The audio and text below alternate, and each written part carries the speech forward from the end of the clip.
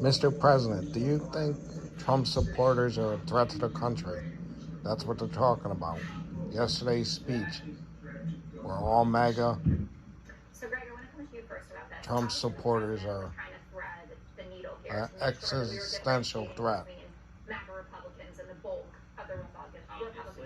Obviously, really? No, he didn't. No, he didn't. Yeah, because he couldn't. Oh no, yes, that's not proving your point though.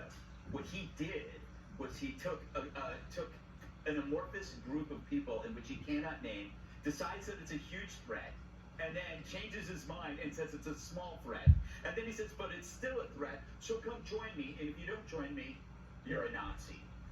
The first thing you got to understand about this is you've got to have fun with this. This is hilarious. You can't be like the media. You can't be like the Democrats when every time Donald Trump spoke or was at a rally or the inauguration, their hair was on fire, right? They'll be on fire tomorrow when Trump goes to Pennsylvania and speaks. This is what Joe Biden wants you to do right now. They're trying to goad you into an emotional state for violence. That's what they actually want. This was one of the funniest. This looked like it was put on by South Park. Joe tried, he's Darth Vader in Depends. They tried to project some kind of darkness. Darth Vader in Depends. Projected backwards, right? It looks like Sleepy Joe. Movie trailer in which the dead president is being played by a hologram. The whole vibe was hilariously creepy. You can't. Thanks for watching, Patriots. Subscribe. To what's going on around in the world. China and Russia are. You can see more of what this idiot does. And Joe is launching a war on us, right? And if MAGA Republicans are the biggest threat to our country, maybe we shouldn't be sending $70 billion to Ukraine to fight Russia.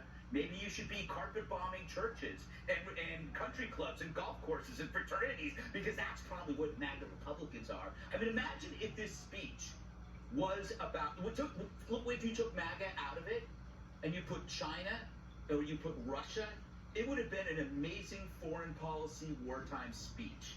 He would have galvanized people to fight, the greatest enemy. And then you realize, no, wait, he's talking about Americans. Americans that he claims he can mind read, but he cannot identify.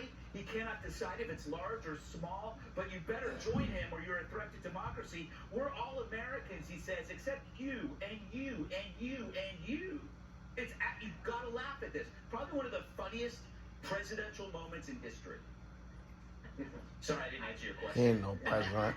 You never do, so at least we have consistency. Nobody respects the idiot.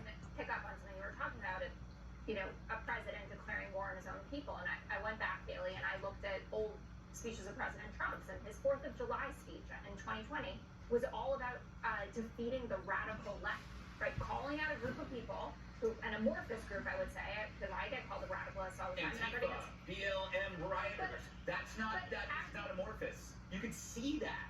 But you can see people who are trying to thwart democracy. He named very specific things. Thanks for watching. God bless. Peace, Patriots. Don't give in to them. It's a huge departure. Look, my former